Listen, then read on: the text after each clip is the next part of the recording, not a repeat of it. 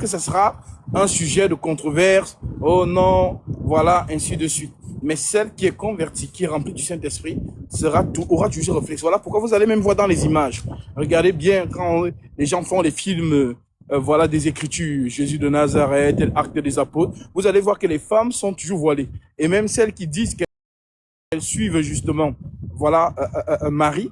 Voilà, vous allez voir que cette Marie est toujours représentée voilée. Elle n'est jamais représentée comme, voilà, voilà, celles qui ne veulent pas mettre le voile. Donc, pour dire donc que Paul nous pose la question à nous, aux saintes, jugez en vous-même. Est-il convenable pour que qu'une femme prie Dieu sans être voilée? Oui. Verset 14. La nature elle-même ne vous enseigne-t-elle pas que Maintenant, c'est une honte? Voilà, donc il faut donc faire attention ici. Il vient d'expliquer ce qui est spirituel. Maintenant, pour mieux faire passer son message ou faciliter la compréhension de ce qu'il est en train d'expliquer, il va donc prendre la nature à témoin, comme Jésus lui-même le faisait. Jugez en vous-même. La nature elle-même ne vous enseigne-t-elle pas? Qu'est-ce que la nature nous enseigne? Oui. La nature elle-même ne vous enseigne-t-elle pas que c'est une honte pour l'homme de porter de longs cheveux? Pourquoi? Posons-nous pourquoi. Pourquoi c'est une honte pour l'homme de porter de longs cheveux?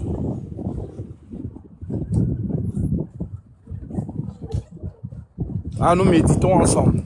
Pourquoi c'est une honte? Parce que c'est la femme qui porte de longs cheveux. Parce que les cheveux, pour elle, sont un symbole de beauté. Voilà pourquoi vous allez voir que les femmes aiment toujours tirer leurs cheveux. Elles aiment toujours arranger leurs cheveux. C'est un symbole de beauté. Donc, on va dire que ça tend vers la femme. Un homme qui a les longs cheveux, on voulait donc, au lieu de dire c'est une honte pour l'homme, on va plutôt dire que voilà, il ressemble à une femme. Ah, d'accord. Voyez-vous? Donc, c'est ça la pensée. Continue. Verset 15.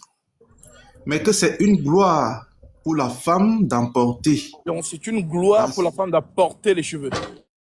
Spirituellement, les cheveux de la femme représentent les enfants. Là, je suis dans les choses un peu très compliquées. Voilà pourquoi quand vous voyez la lune apparaître, automatiquement, vous voyez les étoiles derrière. Hein, ça vous arrive? Quand vous voyez la lune, vous voyez les étoiles derrière. En d'autres termes, ces étoiles représentent les enfants de la lune. D'où le fait donc que lorsqu'on parle de la lune dans les Écritures, on se réfère toujours à la femme. Prenons le songe de Joseph. Joseph il a une vision. Il voit le soleil, la lune et les étoiles se prosterner devant lui. Maintenant, l'interprétation de Jacob dit quoi? Jacob dit, que veux-tu dire? Que veux-tu dire par là? Que moi, ton père, notre thème le soleil, ta mère, la lune, et tes frères, les étoiles. Cherchons d'abord ce verset-là. Parce qu'il faut que les gens comprennent la pensée des Écritures. C'est de ça qu'il s'agit. Lisons ce verset-là. Cherchons ce verset. Il me semble que c'est Genèse.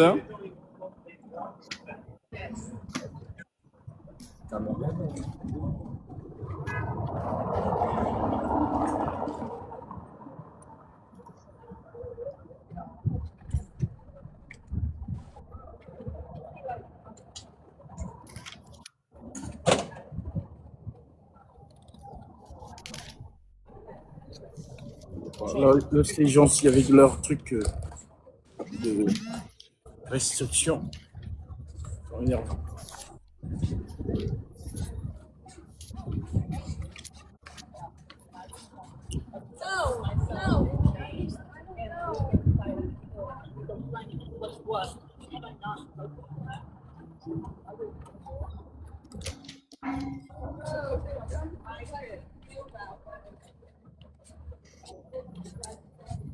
C'est trouvé.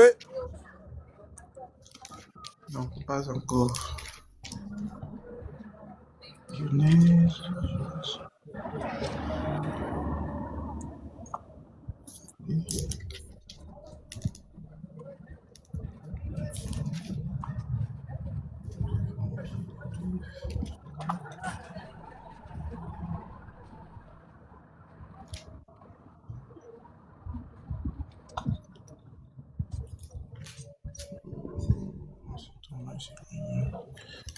Sept, 10.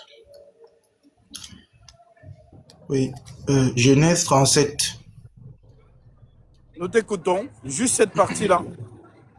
À partir, on peut dire, à partir du verset 9.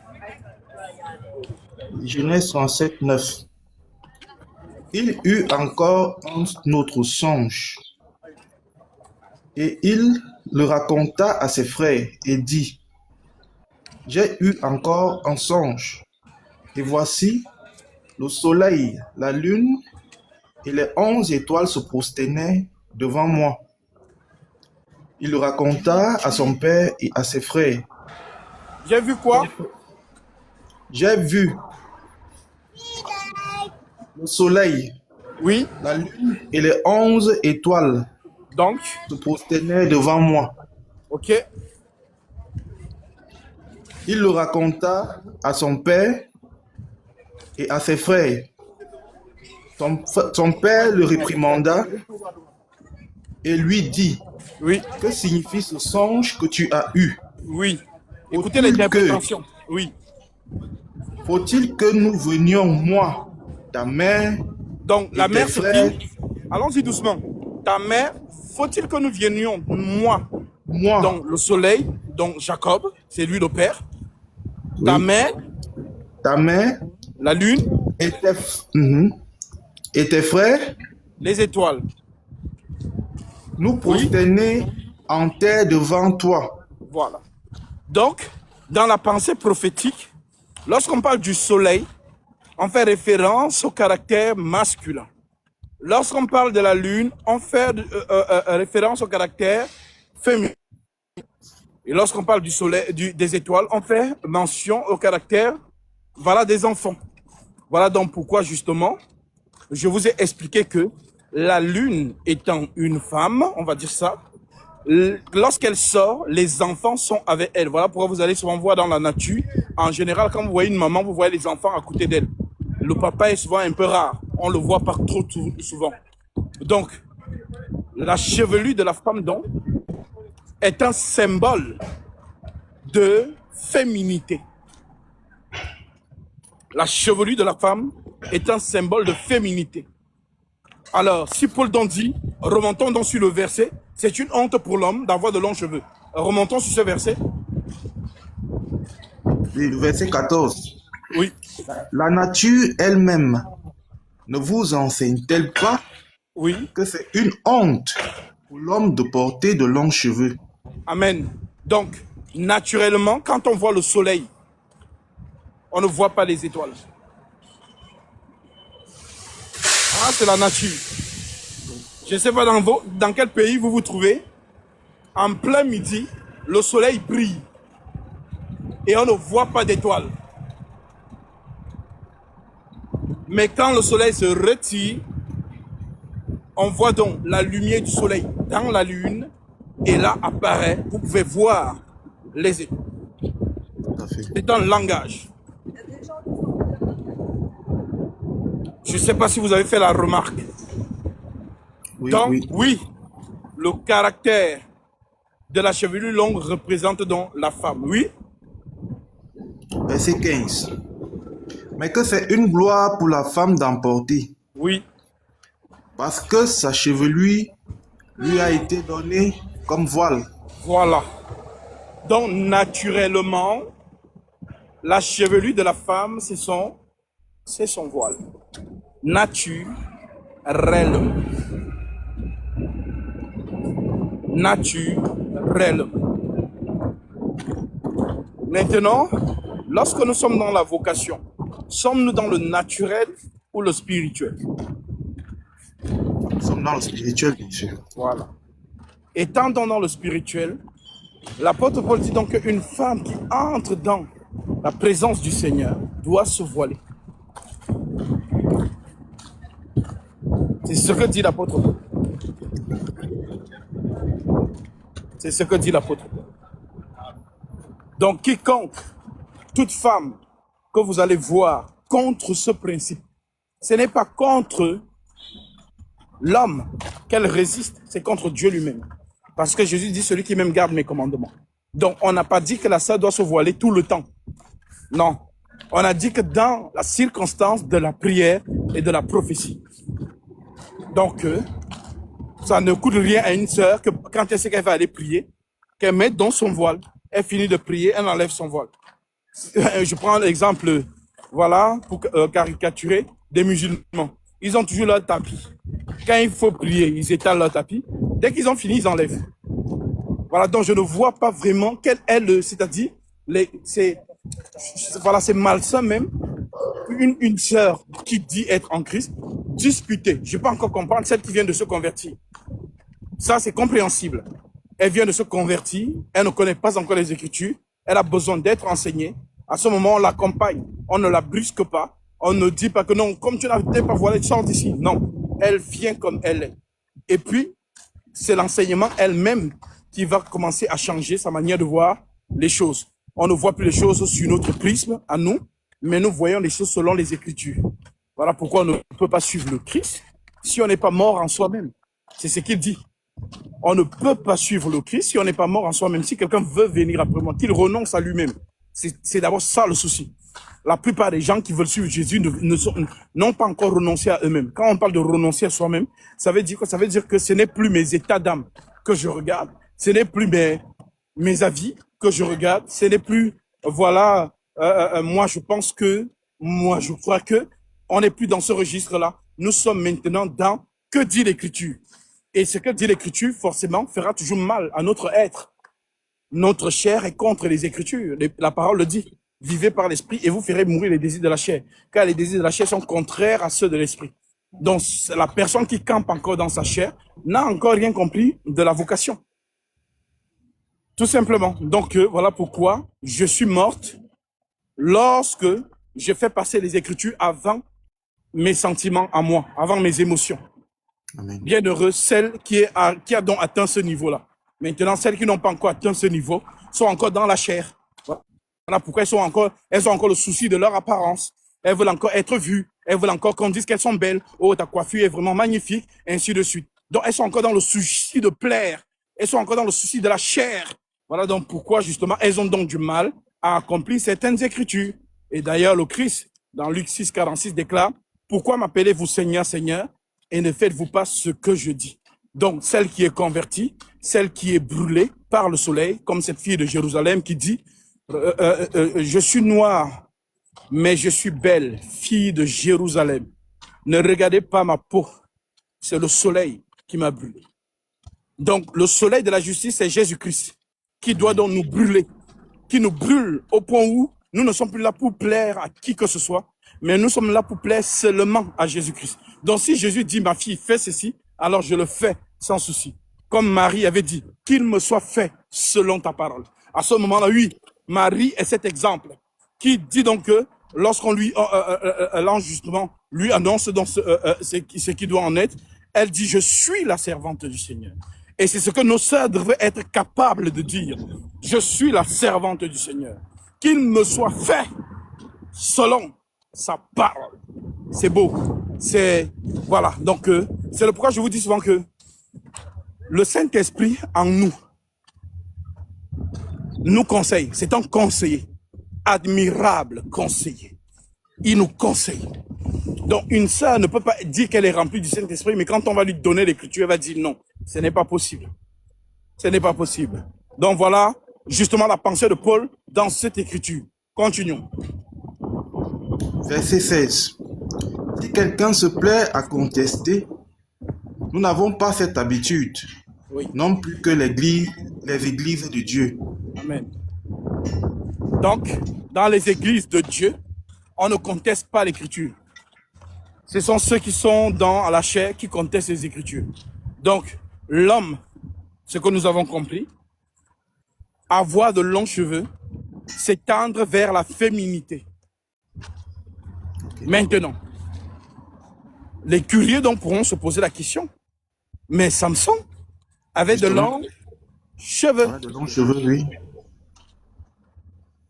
Alors, on parle aussi des Nazaréens qui avaient des longs, parce que Samson était un Nazaréen. Le Oui. Nazaréen, c'est qui? C'est le consacré.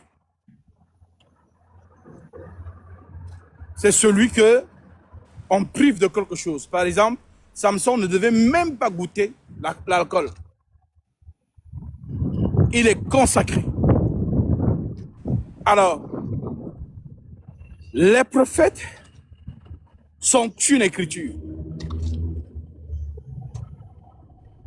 Ce n'est pas parce qu'un prophète fait quelque chose que moi aussi je vais faire. Attention. Voilà pourquoi on parle de mouvement prophétique. Je prends l'exemple. David a pris la femme d'Uri et il a envoyé Uri en guerre. Uri est mort. Est-ce que ça veut dire que le chrétien aussi doit venir prendre la femme de son frère et Non. vous voyez? Donc il faut faire très attention avec ce qu'on appelle les mouvements prophétiques. Ça veut dire que le geste de David explique le Christ. Le geste d'Élisée explique le Christ. Le geste de Salomon explique le Christ. Alors, que explique donc la chevelure, les 7 tresses de Samson? Les 7 tresses de Samson, ça explique quoi? Alors, si nous revenons dans le contexte de l'histoire de Samson, nous voyons que l'Écriture nous dit que la résidence de Dieu était dans la chevelure de Samson. Donc, si Samson révèle ce secret à n'importe qui, et qu'il dit qu'il faut couper ses tresses ou ses cheveux, alors Dieu se retire. Allons donc dans cette histoire, lisons-la. Je pense que nous sommes ici dans Juge, je ne sais pas, 16, l'endroit où justement Dalila lui demande de lui révéler le secret de ses cheveux. Donc toi, tu vas aller faire cette tresse. Il n'y a pas Dieu dedans. Ok? Donc toi, le chrétien qui va aller faire les lords sous mettre cette tresse. Non, il n'y a pas d'ombre. Donc tu ne peux pas te dire, je fais comme Samson. Non. Est-ce que vous comprenez? Tout à fait. Donc c'est Juge, il me semble Juge 16. Oui, c'est Juge 16. Oui. Non. Je commence au verset 1. Non, non. Prenons la partie directement où Dalila lui demande justement le secret de ses cheveux.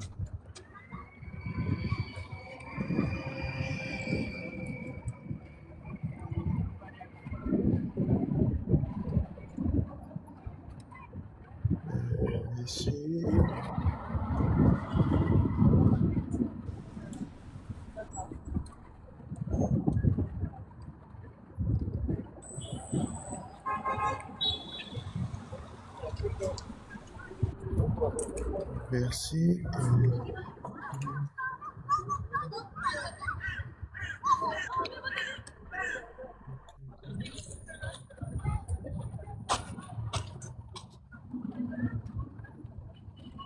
Parce que l'entrée, elle était là-bas.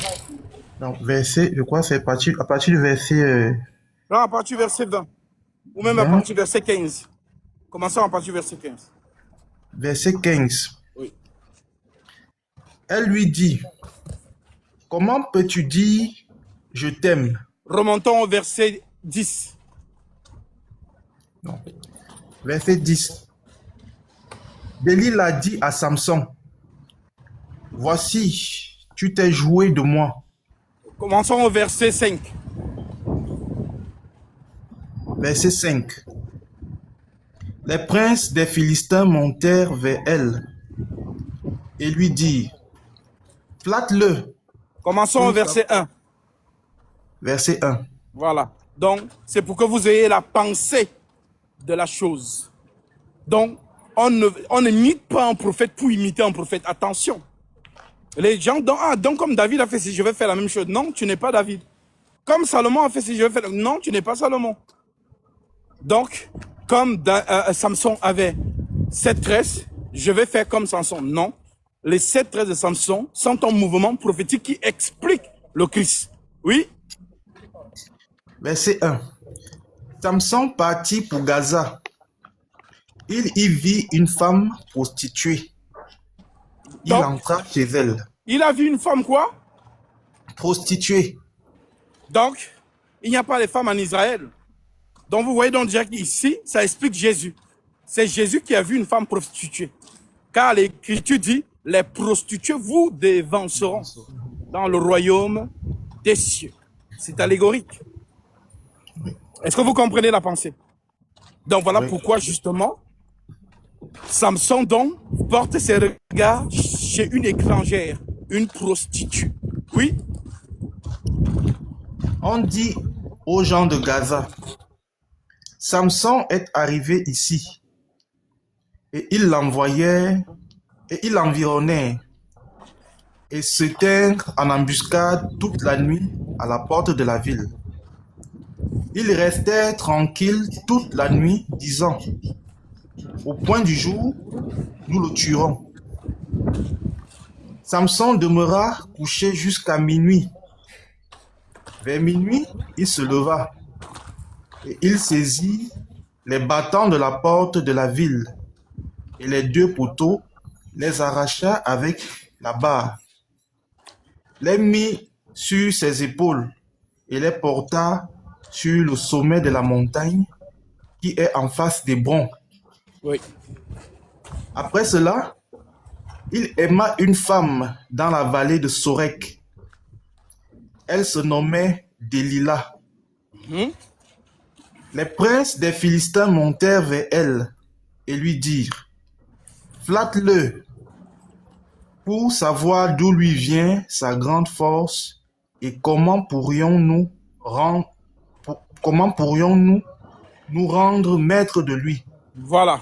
Donc, et c'est encore une stratégie qui est utilisée aujourd'hui dans certains gouvernements, où on utilise des escort girls, des très belles jolies filles, pour soutirer des informations à certains hommes d'État, à certains corps diplomatiques. Donc, c'est une pratique qui se fait encore aujourd'hui. Donc, tu vas voir une jolie fille innocente, voilà, belle, fébrile, mais en réalité, c'est un agent secret. On lui a donné l'argent, ou bien on l'a acheté pour, justement, une mission. Et ici, donc, Samson a tellement fait du mal aux Philistins que les Philistins ont essayé tous les moyens pour l'assujettir, mais ils n'ont pas pu. Tous les moyens militaires, tout, Samson les a toujours gagnés. Alors, ils vont donc justement être ingénieux au mal et vont donc se dire, ah, on remarque qu'il aime les belles filles. Il aime les belles filles. C'était la faiblesse de Samson, la beauté de la femme. Alors, on va donc voir la plus belle fille des Philistins, Dalila. On lui a proposé des caisses d'argent, on dit. Et c'est comme ça que celle-ci aura donc la mission de flatter Samson pour que celui-ci parle. Vous savez, quand un homme est amoureux, il parle beaucoup. Hein. Des femmes qui l'ont remarqué. Quand un homme est amoureux, il veut tout te raconter. Il veut toujours, hein, tu sais, ah vraiment, ah, il veut tout te raconter. Pourquoi? Parce qu'il est amoureux. Et les femmes donc rusées, dans ces moments-là, te posent des questions. Mais les questions qu'elles te posent, toi, tu penses que non, elle est trop en kiff sur toi, elle est trop amoureuse, elle...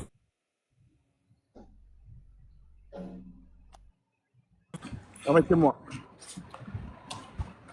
Donc, est-ce que vous m'entendez? J'ai reçu un appel.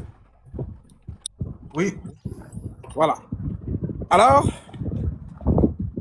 l'homme donc, dans ce cocon d'amour, est prêt pour s'adouciner, est prêt à lui dire tout ce qu'il veut, tout ce qu'elle veut entendre. Voilà. Donc, ici donc, Dalila va donc user de ses artifices Non seulement elle est belle naturellement, mais encore que Samson est amoureux d'elle. Et justement, il faut donc qu'elle flatte Samson pour que ce dernier révèle son secret.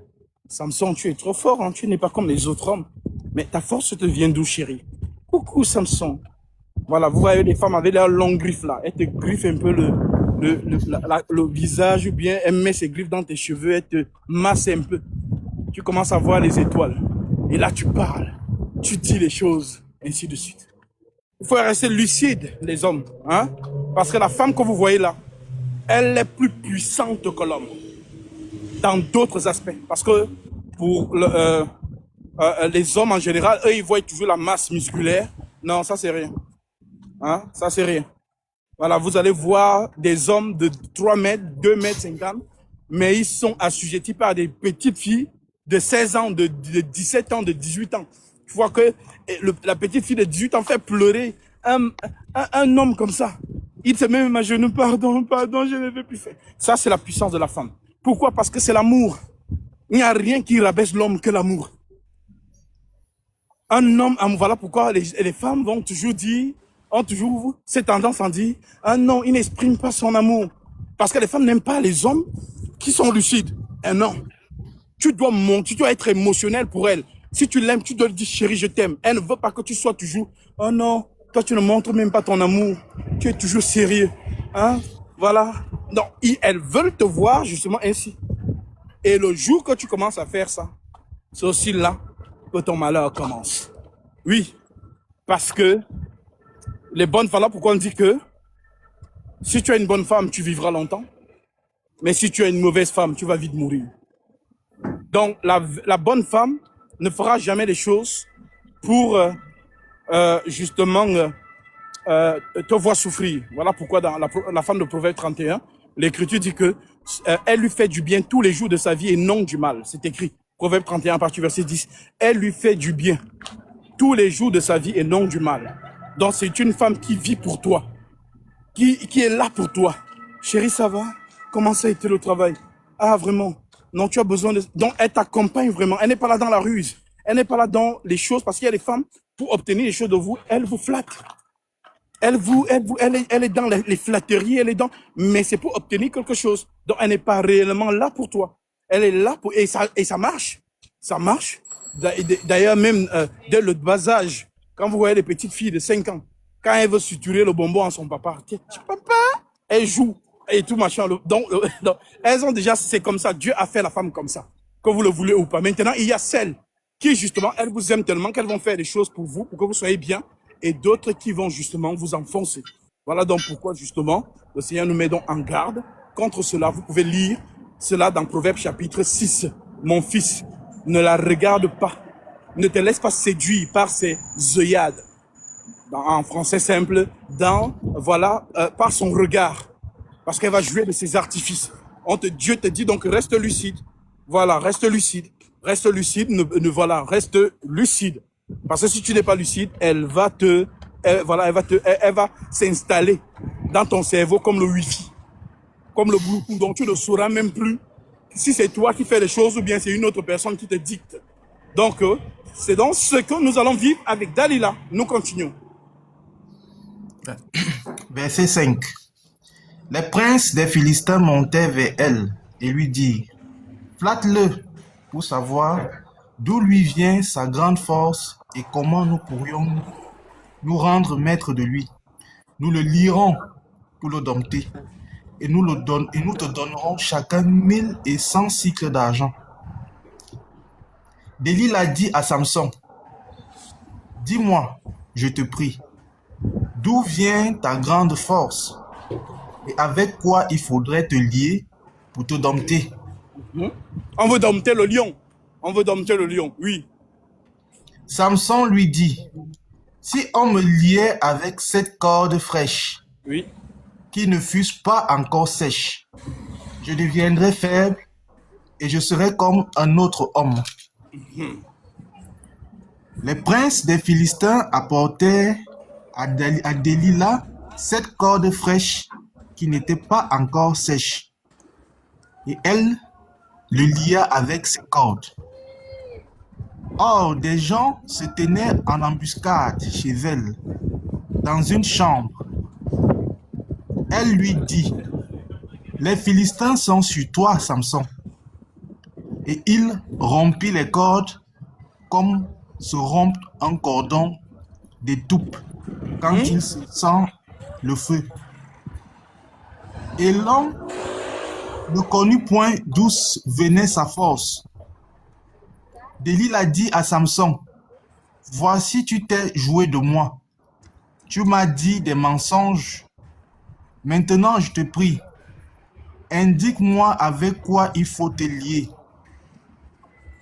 Il lui dit, si on me liait avec des cordes neuves, dont on ne se fût jamais servi, je deviendrais faible et je serais comme un autre homme.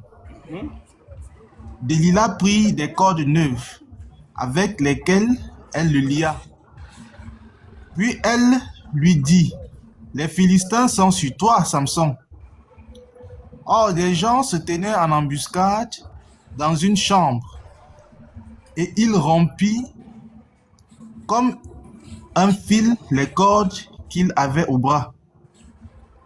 Delilah dit à Samson, jusqu'à présent tu t'es joué de moi. Tu m'as dit des mensonges. Oui. Déclare-moi avec quoi il faut te lier. Il lui dit, tu n'as qu'à tisser les 7 tresses de ma tête avec la chaîne du tissu. Et Alors, elle... Ça, c'est un message pour les hommes qui aiment se faire attacher au lit, là. Voilà. Donc, ayez vraiment confiance à ces femmes-là. Dès qu'on t'attache là, elle dit, c'est bon, il est attaché, venez.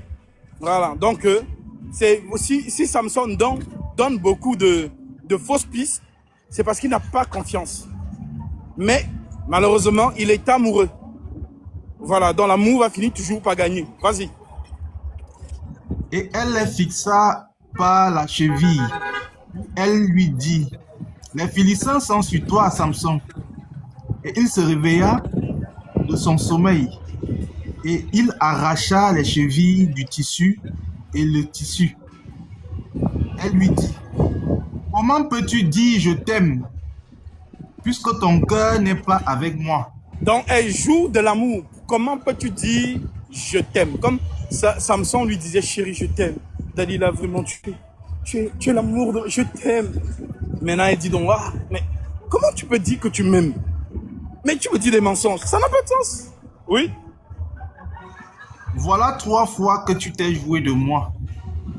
Et tu ne m'as pas déclaré d'où vient ta grande force.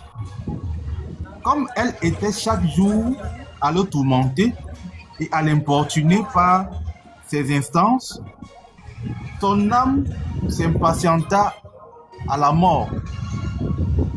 Il lui ouvrit tout son cœur et lui dit, le rasoir n'a point passé sur ma tête, parce que je suis consacré à Dieu dès le ventre de ma mère. Ah, là, il révèle le secret, oui. Si j'étais rasé, ma force m'abandonnerait. Je deviendrais faible. Permettez-moi, je vais passer l'endroit où il y a trop de bruit là. Et puis je vous replombe. Là.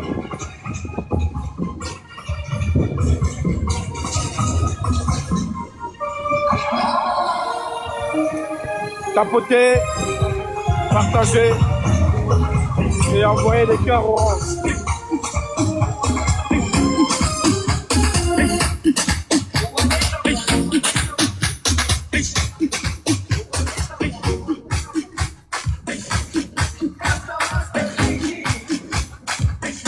Paris à manger. Jerusalema ikayalami ilondoloze uhambe nami ungangishiya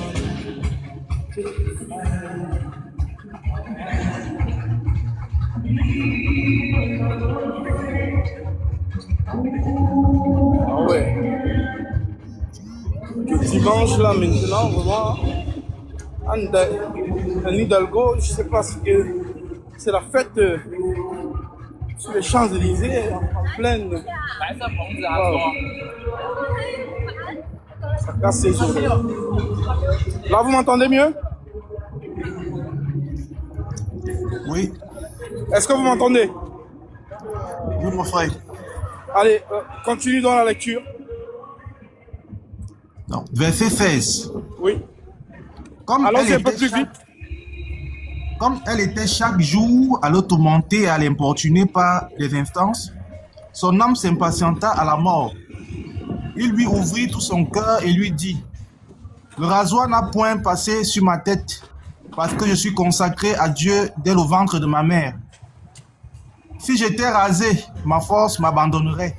Je deviendrais faible et je serais comme tout autre homme. Delilah, voyant qu'il lui avait ouvert son cœur, envoya appeler les princes des Philistins Oui. et leur fit dire, montez cette fois, car il m'a ouvert tout son cœur. Et les princes des Philistins montèrent vers elle et apportèrent l'argent dans leurs mains. Elle l'endormit sur ses genoux. Et ayant appelé un homme, elle rasa les 7 tresses de la tête de Samson. Ah, on rase donc les 7 tresses de Samson. Oui? Et commença ainsi à le dompter. Il perdit sa force. Elle dit alors, les Philistins sont sur toi, Samson. Et il se réveilla de son sommeil et dit, Ah, vraiment désolé, il y a des mentirais. baffles partout. Je ne sais pas ce qui se passe ici. Je sais pas s'il y a le carnaval. Je sais pas. C'est quoi ce truc?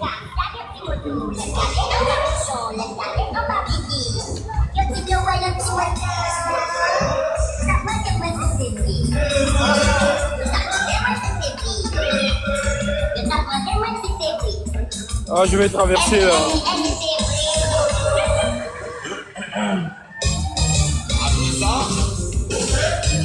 Dans le jardin, il nommé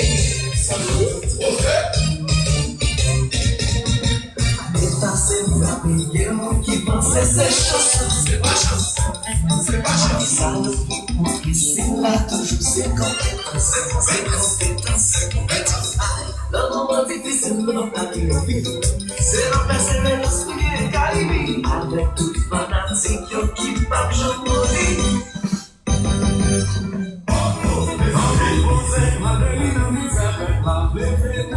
Il y a un carnaval international.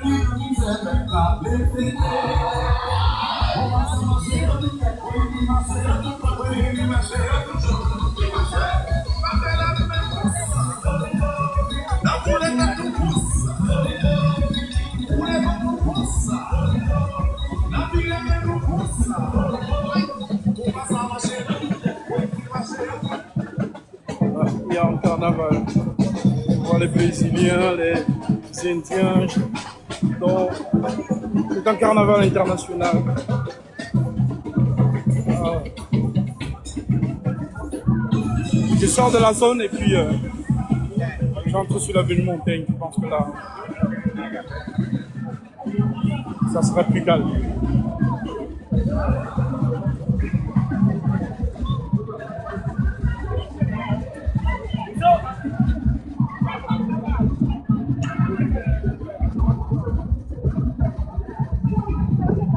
Oui, mon frère, je t'écoute.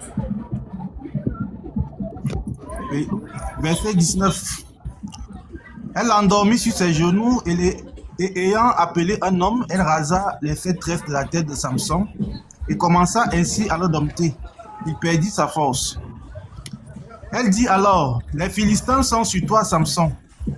Et il se réveilla de son sommeil et dit, je m'en tirerai comme les autres fois et je me dégagerai. Il ne savait pas que l'Éternel s'était retiré de lui. Il ne savait pas quoi? Que l'Éternel s'était retiré de lui. Il ne savait pas quoi? Que l'Éternel s'était retiré de lui. Que l'Éternel s'était retiré de lui.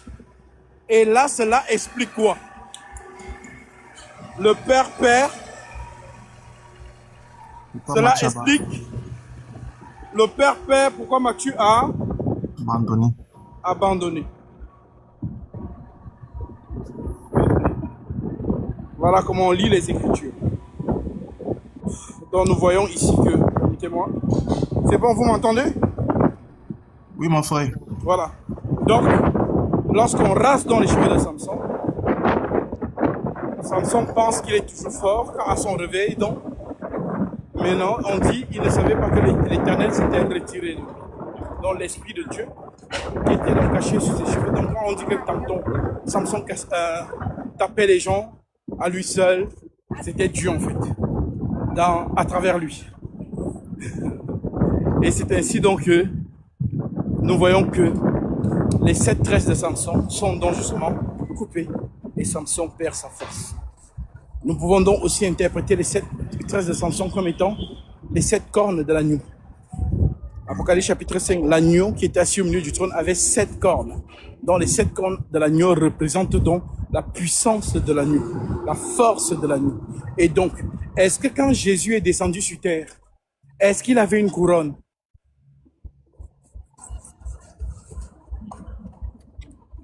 Est-ce qu'il avait une couronne? Non. Jésus n'avait pas de couronne. D'où la moquerie. Tu es roi, où est ta couronne? Comme tu n'as pas de couronne, nous allons te tresser une couronne d'épines.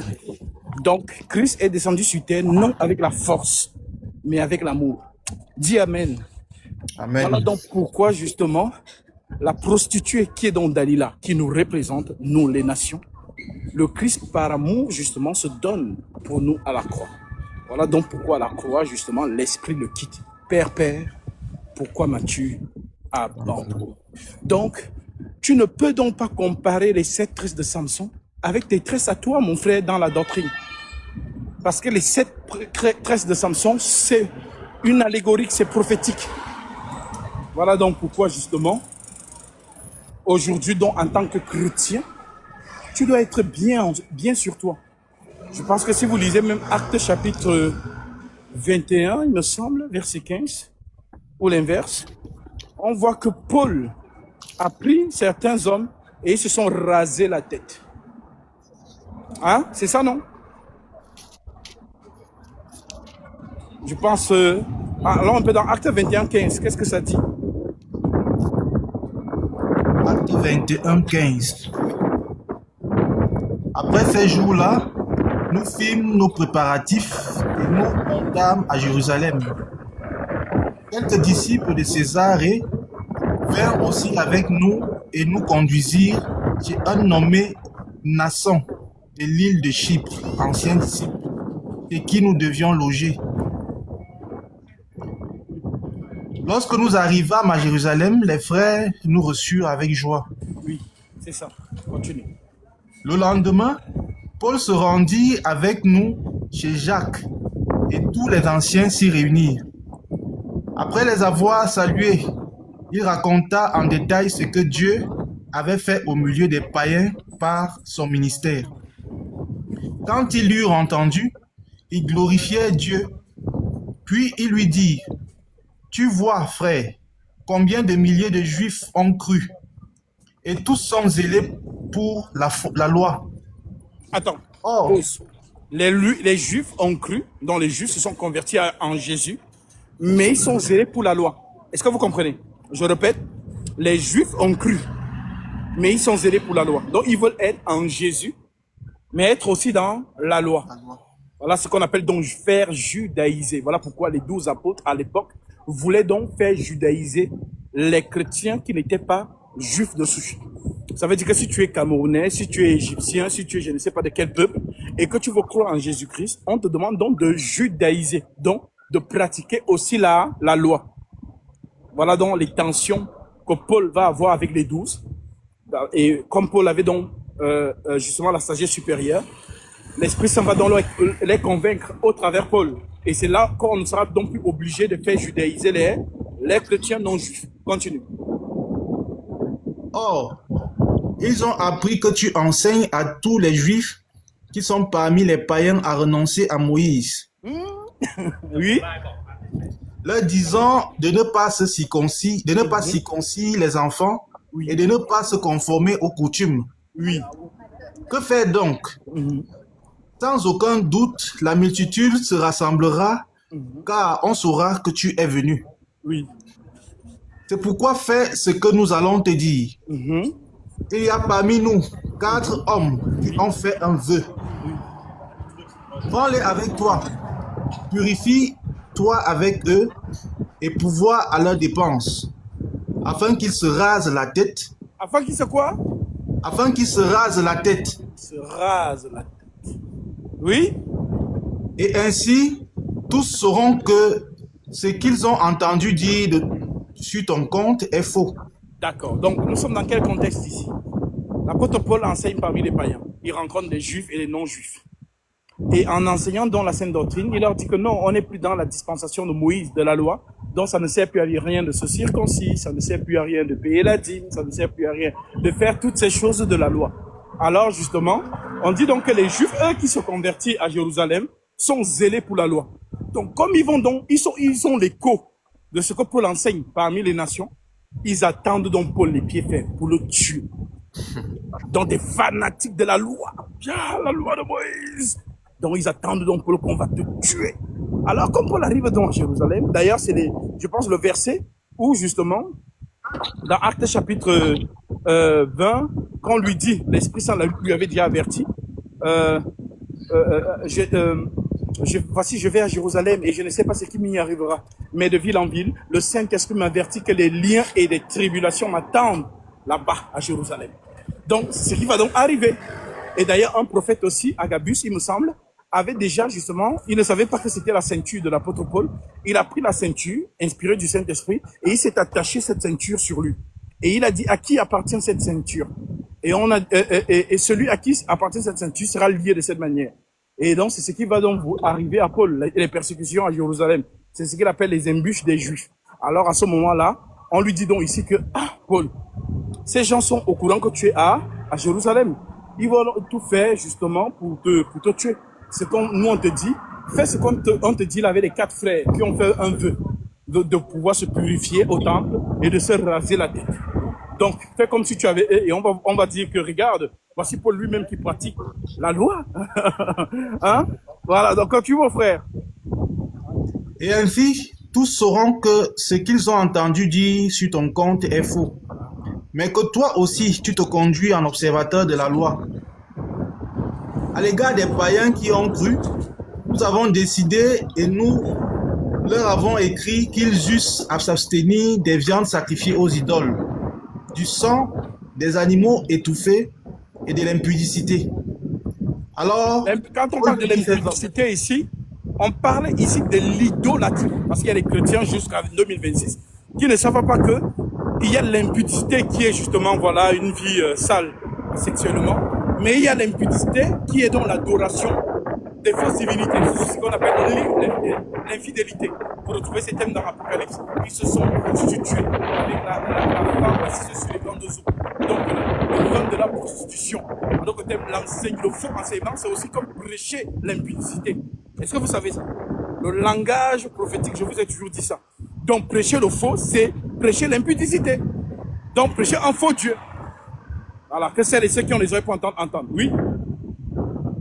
Alors Paul prit ses hommes, se purifia et entra le lendemain dans le temple avec eux, pour annoncer à quel jour la purification serait accomplie et l'offrande présentée pour chacun d'eux.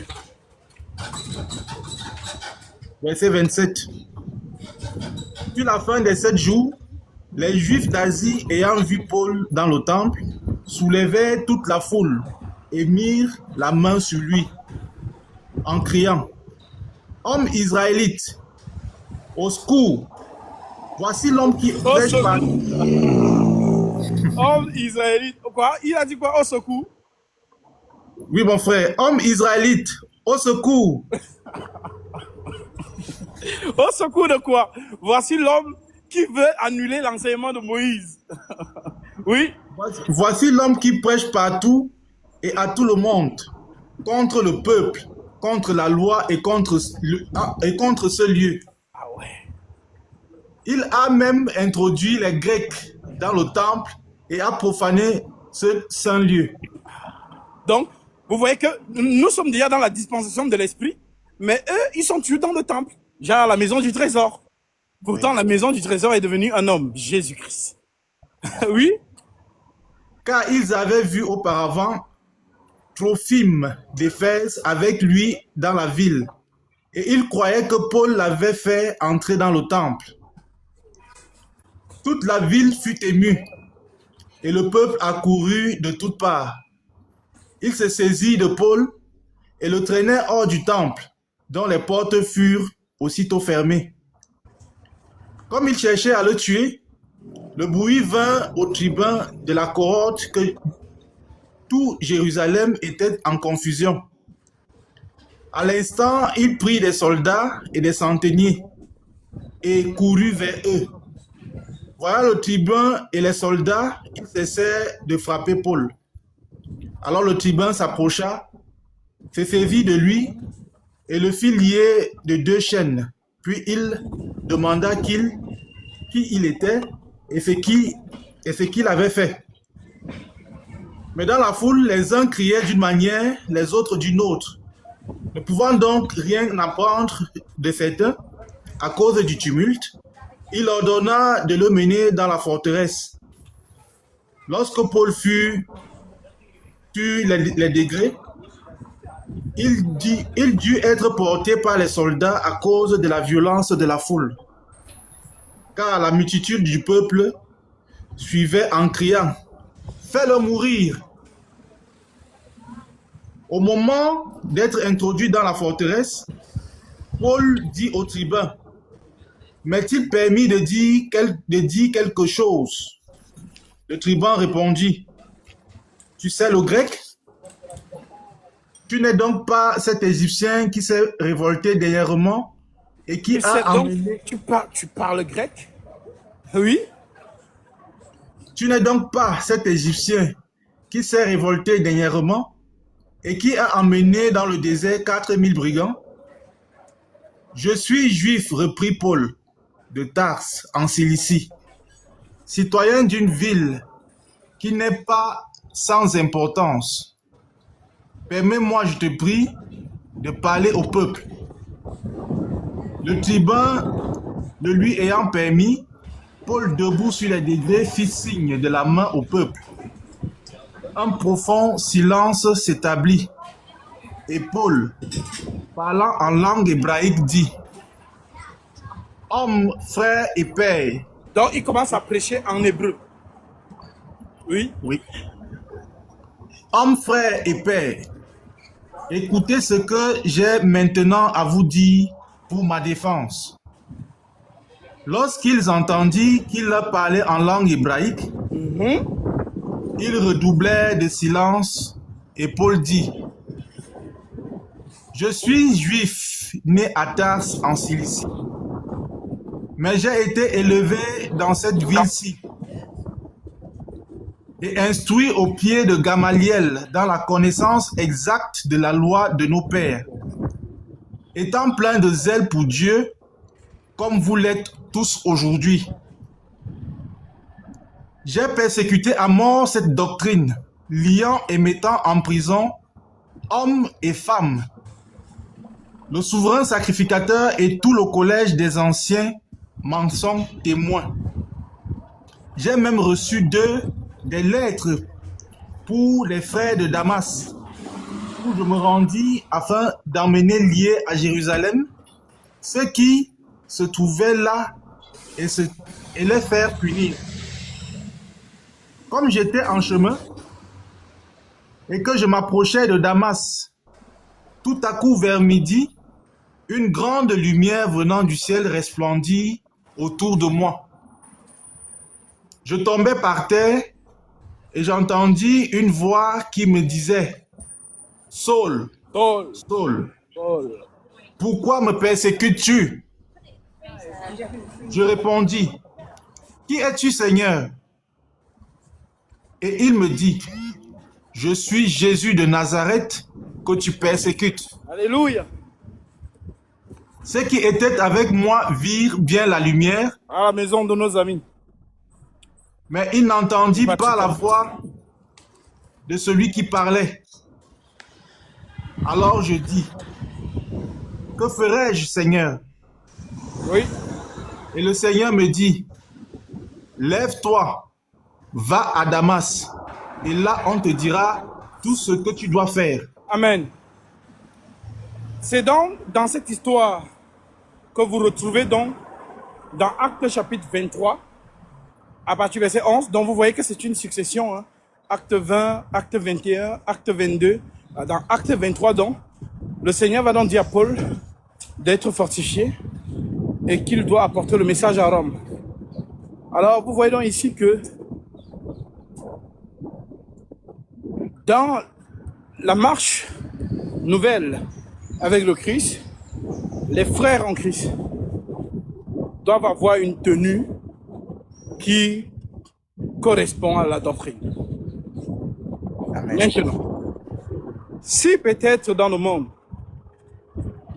tu avais tes dreadlocks et que l'évangile t'a trouvé comme ça, bien-aimé, viens dans le Seigneur tel que tu es. Puisque avant de croire, tu avais déjà tes locks. Amen. Maintenant, tu vas te convertir, tu continueras à porter tes locks jusqu'à ce que toi-même tu vas voir, l'Esprit va te parler. Donc, voilà pourquoi dans le Seigneur, nous ne sommes pas là pour montrer du doigt. Non, tu n'as pas le droit d'avoir les tatouages. Sors d'ici. Tu n'as pas le droit d'avoir ceci. Tu es un nouveau converti. Tu ne comprends pas encore la doctrine. Je suis là pour enseigner et l'Esprit lui-même va te convaincre.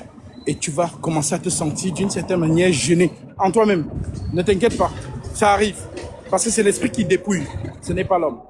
Voilà Amen. mon frère, donc pour répondre à cette question. Tout simplement. Amen, mon frère.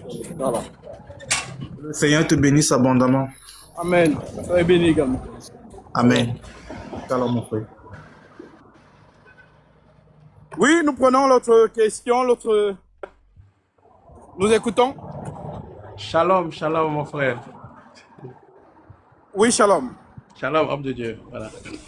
Alors, j'ai quelques petites questions, mais je voulais avoir, s'il vous plaît, un petit détail par rapport à la première question du frère Yves qui vient de passer, concernant le port du voile des femmes, des sœurs en Christ. Alors, je voulais juste savoir, est-ce que dans la pratique, est-ce que le port du voile a pour but de cacher les cheveux des sœurs au niveau frontal, tous les cheveux sur la tête? Parce que il y a certaines sœurs que nous voyons qui portent les voiles, on voit les cheveux derrière, et les cheveux devant, au niveau du front, et derrière, elles ont des tresses, les rastas là, long, jusqu'au niveau jusque sur les fesses. Excusez-moi l'expression. Et donc, elles laissent voir quand même les tresses qui sont derrière, et puis devant, on voit aussi les cheveux. Donc, ça, c'est de façon pratique. Donc, alors qu'il y a certaines sœurs qu'on remarque aussi que, même si elles ont des tresses sur la tête, elles mettent le voile de telle sorte qu'on ne voit même pas les cheveux apparaître, ni devant, ni derrière. Donc, j'aimerais savoir de façon pratique, est-ce que le but du port du voile pour les sœurs, c'est de cacher les cheveux, pour qu'elles sachent que, pour que celles qui mettent encore les cheveux devant et derrière puissent comprendre. C'était ça ma première préoccupation, homme de Dieu. Alors, premièrement, lorsqu'on parle du châle ou du voile, c'est un tissu fabriqué de laine ou d'autres matières. Je peux même encore aller plus loin. Une sœur, si elle trouve un voile, donc vous savez que les Juifs, dans notre société, les Juifs justement, avaient dans cette connaissance que lorsqu'elles doivent se voiler les cheveux, elles se voilent totalement leurs cheveux, mais les vrais cheveux. Maintenant, quelle est donc la technique qu'elles ont employée aujourd'hui? Elles cachent leurs cheveux sur des faux cheveux.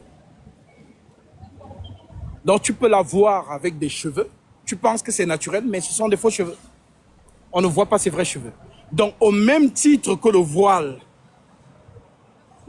est fait de tissu, de coton, de matière. Si maintenant, il y a une personne habile qui sait confectionner le voile avec peut-être je peux dire des poses cheveux, avec des cheveux pas naturels, mais avec peut-être, je ne sais pas, de la laine, mais elle transforme ça comme si c'était des cheveux, ainsi de suite et tout. La sœur peut porter ça. On ne voit pas ses vrais cheveux. Donc, ici, on parle donc des vrais cheveux. Couvrir ses cheveux. Donc, au lieu du voile, c'est vrai que c'est plus pieux, on va dire. Mais maintenant, si elle couvre sa tête avec un tissu qui est sous forme de cheveux, mais qui n'est pas, c'est vraiment un tissu, mais ce sont peut-être qu'elle va mettre un truc avec l'afro, mais ce sont des faux cheveux. Ça peut être aussi appelé justement voile ou encore justement chalque. Mais maintenant, pour justement paraître justement plus pieuses aux yeux de leurs frères, elles peuvent justement se couvrir la tête avec un chalque naturel, c'est-à-dire un tissu. Voilà, comme nos mamans en Afrique mettaient justement des tissus. C'est justement après, lorsque leurs cheveux tombaient, qu'elles mettaient souvent justement ces trucs je ne sais pas comment ils appellent ça, perruques. Parce qu'il y a des hommes même qui mettent des perruques. Hein. Attention, il y a des hommes qui mettent des perruques, peut-être pour cacher leur calvitie. Mais ce ne sont pas ses vrais cheveux, mais ils posent ça esthétiquement. Donc, il ne faut pas qu'on soit dans une sorte de stigmatisation de la femme que regarde, tes cheveux débordent. Non. La sœur, c'est que ses cheveux naturels, à l'instant de la prière ou de la prophétie, je précise encore, Paul est clair. Paul ne dit pas que la femme doit se voiler en toutes circonstances, non. Il dit toute femme qui prie ou qui prophétise, la tête non voilée déshonore son chef. Donc c'est dans la circonstance de la prière. Et moi, je ne comprends pas pourquoi certaines femmes trouvent seulement ça difficile. Je ne sais pas si pour elles, ça rabaisse la femme ou quoi que ce soit. Mais je crois qu'une femme, une chrétienne convertie, va justement faire cela automatiquement. Et je sais que non, je vais entrer en prière, je mets mon voile. Je mets bien mon voile. Voilà, dans ce sens-là. Mais maintenant, si pour les choses, la société, ainsi de suite, je veux me mettre justement je ne parle pas des faux cheveux. Je ne parle pas des vrais cheveux des Indiens ou bien quelqu'un qui coupe ses cheveux et qui vend. Je ne parle pas de ça.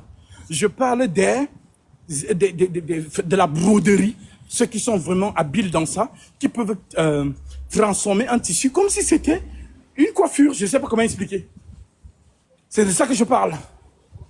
Donc, celles qui vont mettre, par exemple, les cheveux, les vrais cheveux de certaines personnes qui ont vendu leurs cheveux comme culte ou quoi que ce soit, je ne parle pas de ça. Ce sont toujours des cheveux. Mais celle qui a mis peut-être de la laine brodée sous forme justement je sais pas, de pose, de chevelu, de quoi, ainsi de suite. À ce moment-là, justement, ça passe, tout simplement. Voilà, donc voilà la réponse que je peux te donner à ce sujet.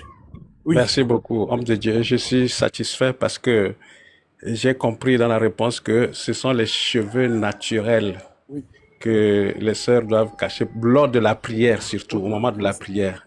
C'est ça. Donc, qu'elles aient des cheveux synthétiques ou pas, c'est pas des cheveux naturels, donc ça passe. Voilà. J'ai parfaitement compris. Apparemment, le synthétique même, c'est le plastique, c'est ça? Bon, c'est des trucs tissés sous des filets parfois. Alors, s'il y a une femme ici qui maîtrise ces choses-là, quand on pose des questions comme ça, c'est pour vous. Donc moi, non, on ne sait pas, on ne connaît pas votre monde synthétique.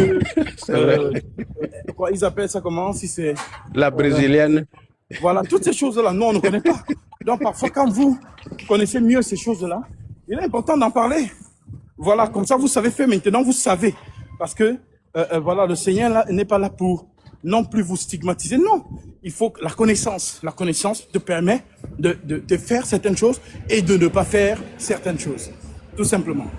Donc, s'il y a l'une de vous qui maîtrise mieux ces choses capillaires, skincare, moi je sais pas, je connais pas le monde forcément. Voilà, donc ça sera peut-être pour votre édification. Oui, mon frère, je prends ton autre question. Oui, merci beaucoup, homme de Dieu. Ma deuxième question est tirée du livre de 2 Thessaloniciens, chapitre 3, à partir du verset 10. Oui. Et là, il est écrit, « Car lorsque nous étions chez vous, nous vous disions expressément, si quelqu'un ne veut pas travailler, qu'il ne mange pas non plus. » Oui. Alors, et par rapport à ce verset, il y a une sœur qui traverse une situation. Elle est interprète professionnelle Oui. et depuis un moment, elle n'a plus de boulot. Et donc, tout récemment, il y a le Vatican et puis les églises dites de réveillées là, qui lui proposent des contrats pour jouer le rôle d'interprète lors de leur croisade.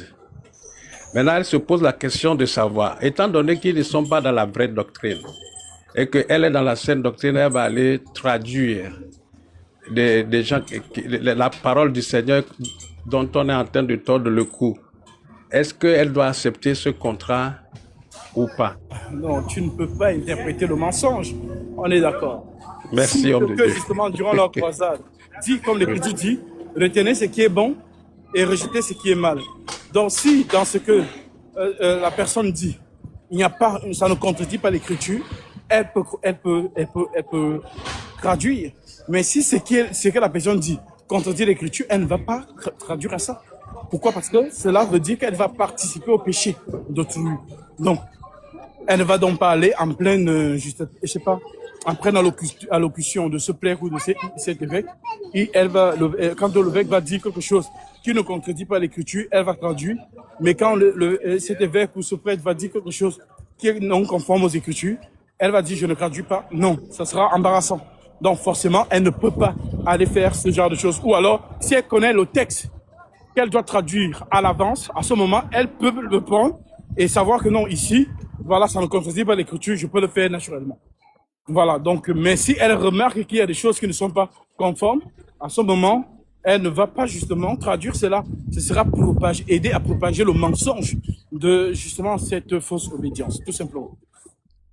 Merci, vraiment merci beaucoup, homme de Dieu. Alors, juste une dernière petite question, c'est comme ça.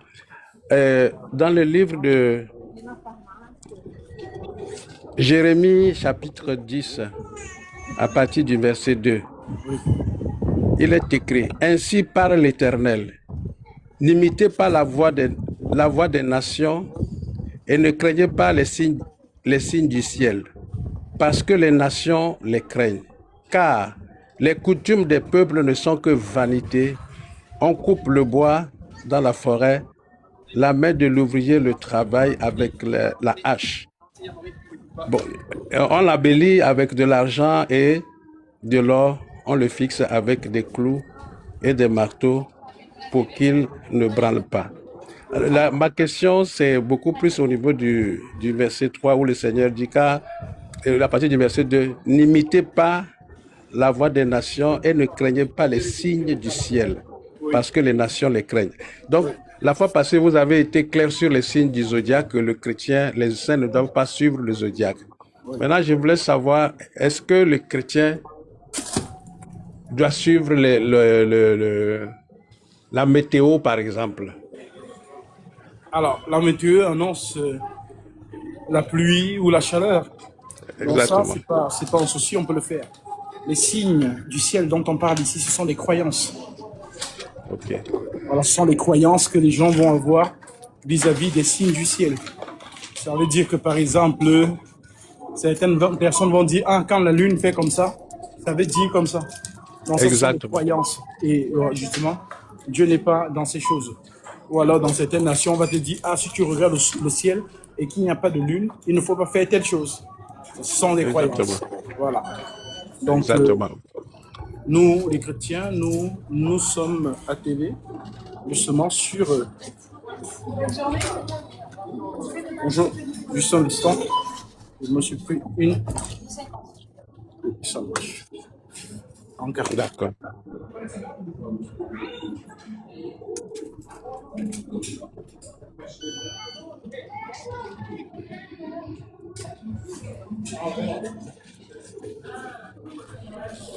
Merci.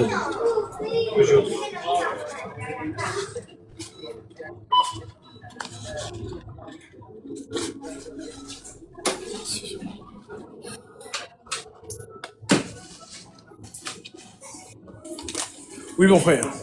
D'accord, homme de Dieu. Donc, effectivement, je suis satisfait de la réponse par rapport à la météo et puis les signes. Parce que, par exemple, chez nous, on dit souvent que quand quelqu'un voit les abeilles, un groupe d'abeilles traverser la maison, ça annonce la mort.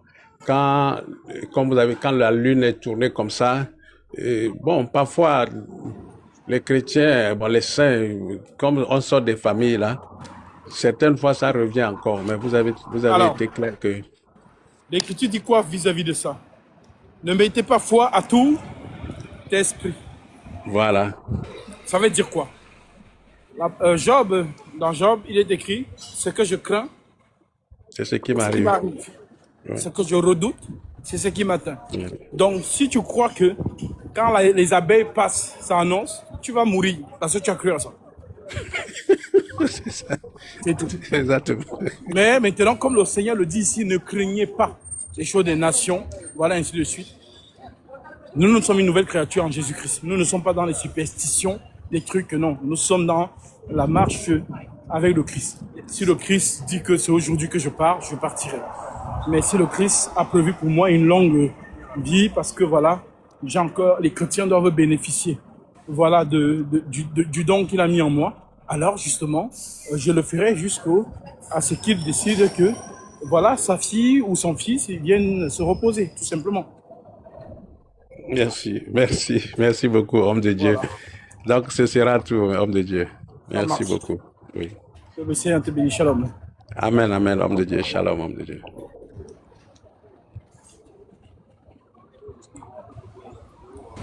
Alors, je pense que vous avez été édifiés et que nous avons bien fait notre sport ensemble.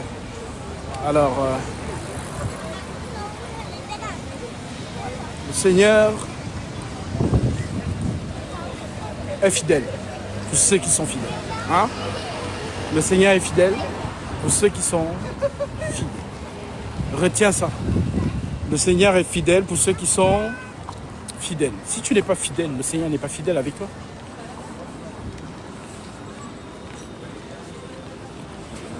Donc, bienheureux ceux qui marchent à la lumière des prescriptions du Seigneur. Il y a deux catégories de personnes.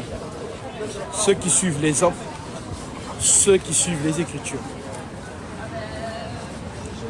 Deux catégories de personnes. Ceux qui suivent les hommes et ceux qui suivent l'Écriture. Et quand je parle de suivre les hommes, je parle ici suivre des systèmes, suivre des congrégations, suivre des obédiences. L'Écriture est au-dessus de tout ça. Les hommes chercheront à emprisonner les Écritures. Voilà pourquoi même dans la Bible, on parle de la plume mensongère des scribes. Alors, je vois que mes amis sont là-bas. Mes amis, les témoins de Jéhovah. Alors, je ne vais pas les embêter. Voilà, dans l'échange. Parce qu'ils vont me dire, mais vous faites quoi? Vous filmez? Je dis, non, c'est pas contre vous, c'est moi, je me filme moi. Ah, vous voulez que j'échange avec eux? Ouh. Franchement. J'espère vraiment que la canicule qu'on annonce cette semaine prochaine, dont demain, c'est pas vrai.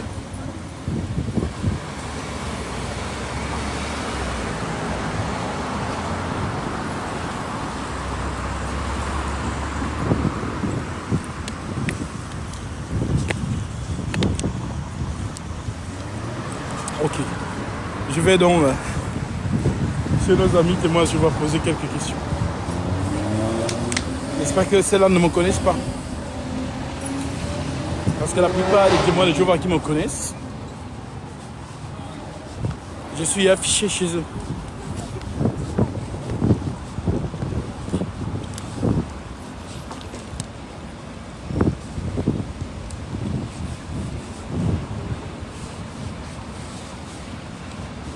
Ah, je pense qu'ils sont déjà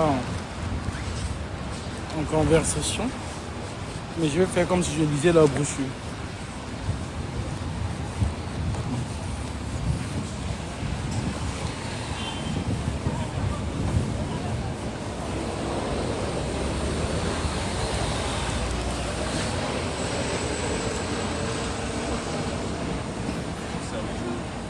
Oh, bonjour. Un bonheur éternel, assemblée régionale. C'est une assemblée qui aura lieu à Rouen, Oui, où en fait on va mettre en avant surtout ce qu'a dit Jésus, oui, ce qu'il a fait et ce qu'il fera dans l'avenir. Voilà, alors c'est à Rouen, mais ceux qui ne peuvent pas se déplacer, il y a un QR code qui amène à plusieurs films oui. sur la vie de Jésus. Et il y a aussi un site internet qui est dans plus de 1000 langues, donc même chacun peut trouver sa langue, si ce n'est pas le français d'origine. Ouais. Et bon, l'idée pour nous, c'est que les gens connaissent mieux la Bible. Oui. Après, voilà, chacun agit à sa Comment façon. on peut... Ah, ça m'intéresse parce que on entend parler de Jésus, c'est vrai, mais je sais pas comment... Enfin, je pense que c'est plus la finalité des prophéties, parce que j'ai entendu parler des prophéties, qui peut peut-être mettre en garde des hommes, non? Oui, Voilà. il y a ça, parce que Jésus a parlé de... En fait, la Bible explique que la vie qu'on a aujourd'hui, c'est pas une vie normale. Des enfants qui tombent malades, qui meurent, la guerre, la famine, c'est pas normal. Il y a quelque chose qui va pas. Oui. Parce que Dieu avait créé les humains pour une vie bien meilleure. La Bible, elle explique pourquoi on a perdu le paradis que Dieu nous avait donné et la vie meilleure. Et toute la Bible explique comment, grâce à Jésus, on va retrouver Cette vie. cette vie. Et les prophéties, elles nous permettent d'identifier l'époque à laquelle va se réaliser cette intervention de Dieu pour l'humanité. Alors, c'est beaucoup de choses. Nous, en fait, ce qu'on aide les gens, avec notamment cette brochure, c'est d'étudier la Bible par thème. Parce que si on parle de tout à la fois, c'est compliqué. Ouais. Mais par exemple, on peut se poser une question. Qui est Dieu? Qui est Jésus? Où sont les morts? Pourquoi Dieu permet la méchanceté? Pourquoi il la permet alors? Et qui est le diable? Etc., etc.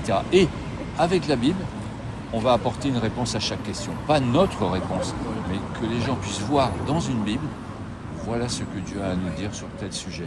Voilà ce que Dieu a à nous dire sur tel sujet. Et à la fin, on arrive à avoir une image complète de la pensée de Dieu, de ce qu'il veut faire. L'étude de la Bible, c'est un peu, je ne sais pas si vous connaissez, un peu comme un puzzle. Oui. Vous savez, on met pièce par pièce. Mais quand vous mettez les premières pièces, bon, vous ne voyez pas l'image, vous ne savez pas trop ce que c'est. Mais à chaque fois que vous rajoutez une pièce, Le dessin commence à le dessin commence. Et quand vous mettez les 3-4 dernières pièces, vous avez l'ensemble. L'étude de la Bible, c'est ça, c'est pas en une fois, mais à chaque fois que tu vas avoir une réponse, tu vas mettre une pièce. D'accord, là je sais pourquoi les hommes ont perdu le paradis. Je sais qui est le diable, je sais qui est Jésus, je sais qui est Dieu, je sais pourquoi il permet la méchanceté. Je sais, je vois le projet de Dieu. Est-ce que je vais trouver une place dedans? Ça après, c'est une question personnelle. Nous, on est juste là pour aider les gens. Tu comprends? Et si je devais peut-être vous poser la question de savoir comment vous avez fait, je pense que voilà, pour comprendre ou bien croire. Moi, j'étais, de par ma mère, j'étais catholique. Mais catholique, ça veut dire qu'on vous donne une religion. Mais vous savez pas les choses. Voilà. C'est juste que vous êtes catholique. Je serais né en Algérie, je serais musulman. Je serais né en Inde, je serais hindou. Voilà. Mais moi, à un moment, je me suis posé des questions. Je me suis dit, mais c'est pas normal. Quand même, le monde de ces gens qui meurent de faim, ces enfants. Pour moi, il y a quelque chose qui ne va pas dans ce monde. Et on m'a encouragé à me tourner vers la Bible en disant que c'est Dieu qui donne les réponses. Et on m'a aidé à étudier la Bible. Et j'ai pu comprendre effectivement le projet de Dieu. Et maintenant, j'aide les gens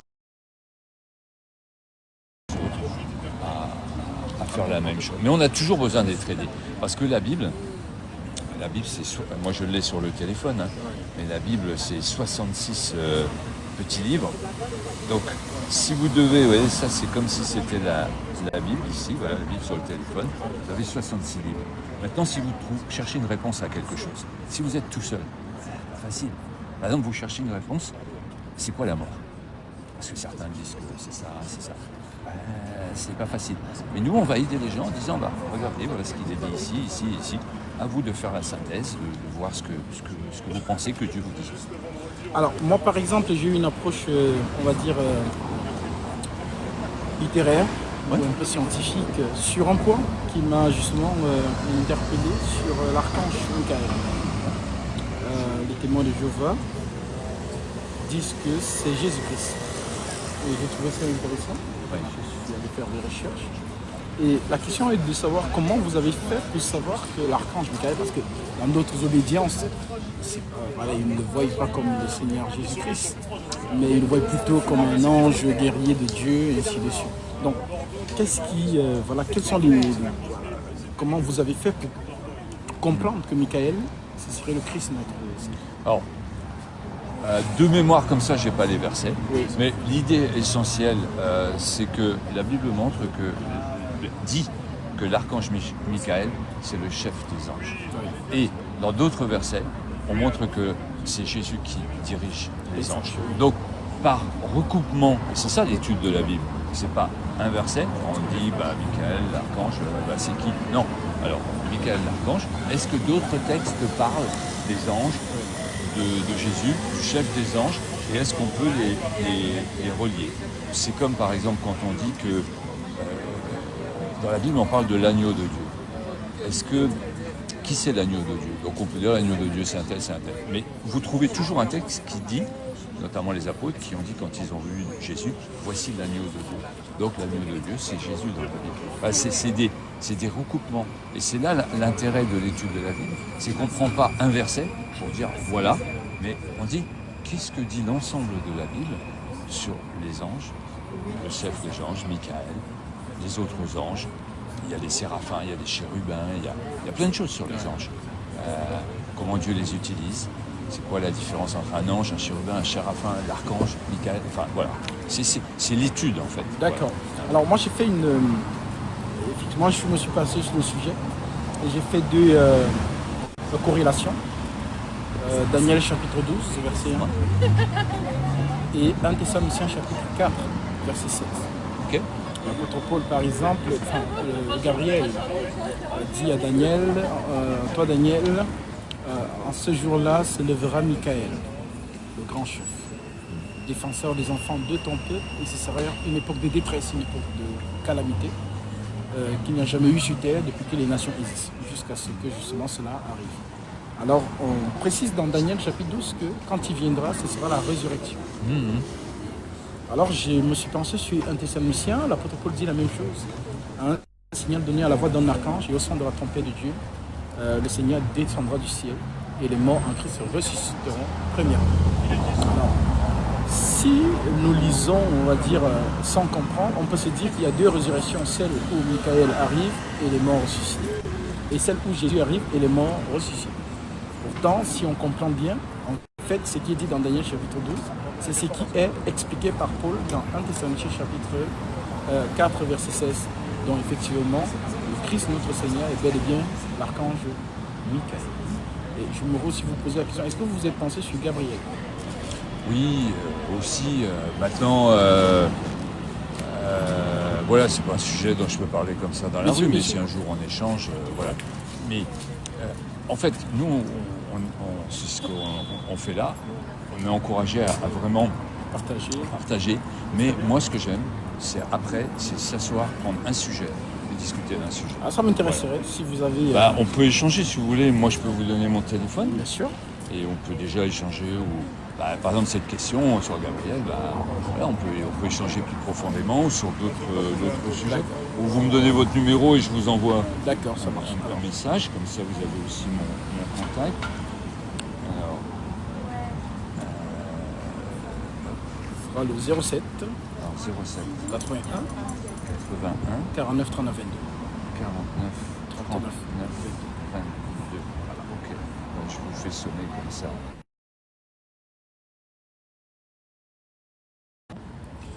Et moi, c'est Gasby. Vous êtes du quartier aussi? Alors moi je suis du quartier, ouais. Et vous? Ouais, moi aussi. Ok. Moi, j'habite à Métro Iéna. D'accord. On peut même se retrouver un jour. Alors, hop, Gasby, G-A-S-B-Y ou I? Y. Y. Ok. Super. Bon bah super, comme ça on est en contact et À l'occasion. à un moment plus approprié que dans la rue, ben, Ça marche. on peut échanger et puis se voir aussi. Ça me ferait plaisir de boire un café avec vous un jour. Volontiers. D'échanger. Moi, je suis pour l'échange. Après, chacun tire ses conclusions, etc. Bien sûr, Mais c'est...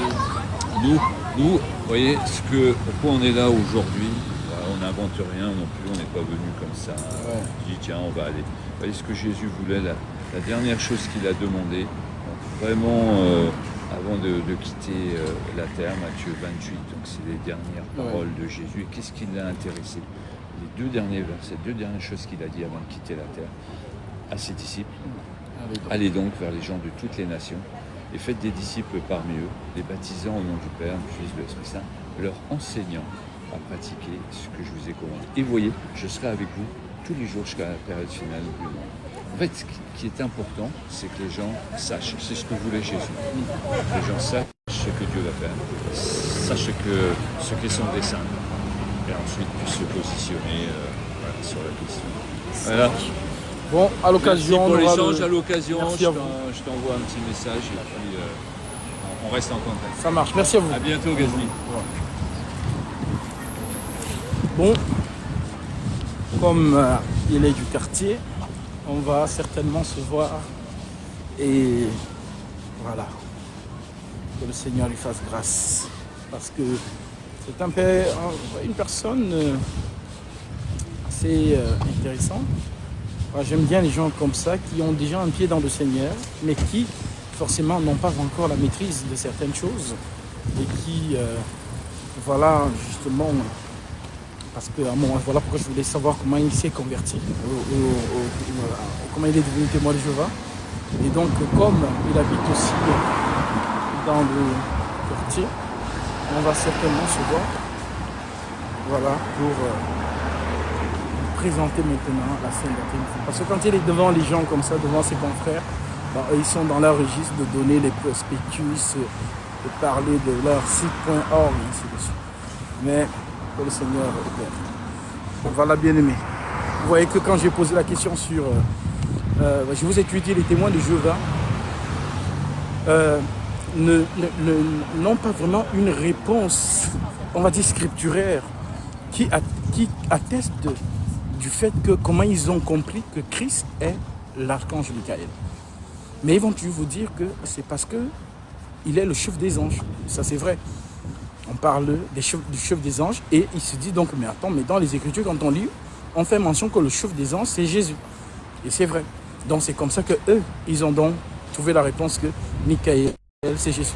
Mais en réalité, lorsqu'on entre dans la quintessence même des Écritures, il y a encore des réponses plus claires. Voilà, Michael est réellement notre Seigneur Jésus-Christ. Bon nombre de chrétiens ne le savent pas, mais tout est un principe de se poser les questions et ensemble lire les Écritures. Et vous allez comprendre que oui, effectivement, l'archange Michael, c'est le Christ, le guéri, tout simplement.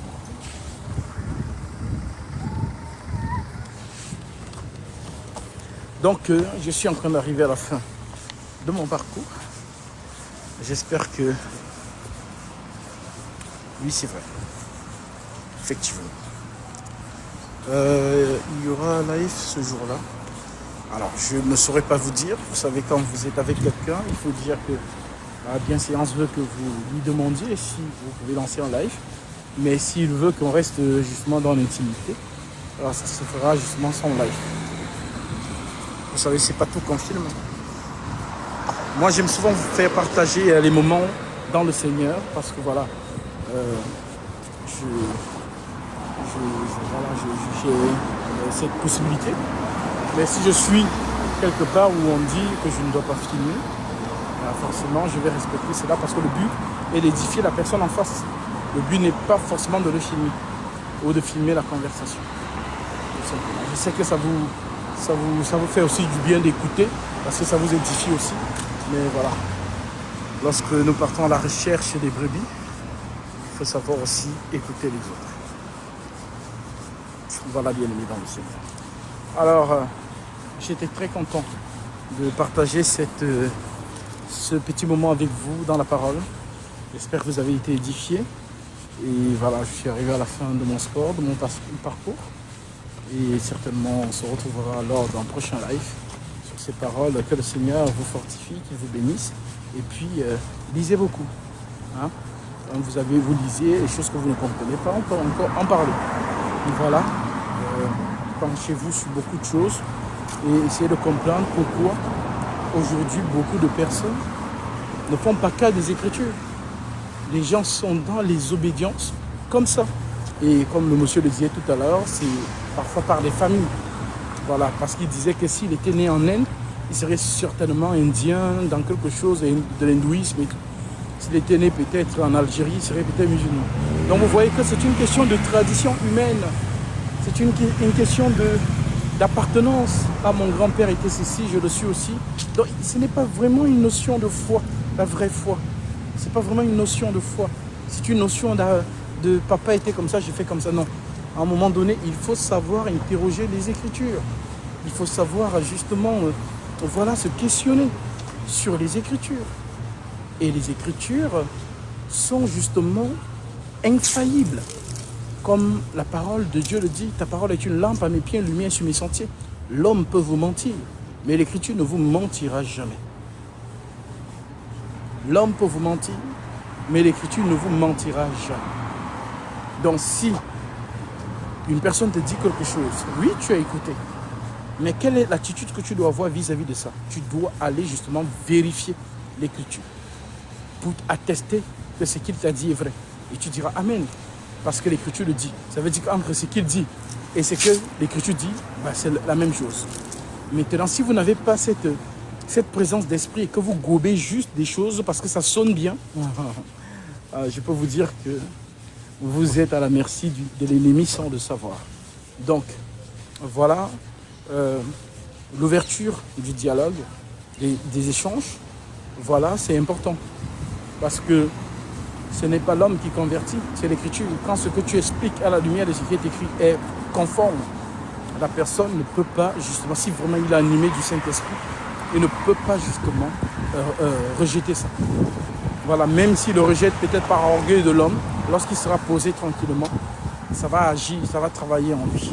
Voilà, donc ne sous-estimez jamais, voilà, les Écritures. Dieu entend mieux quand tu parles en langue.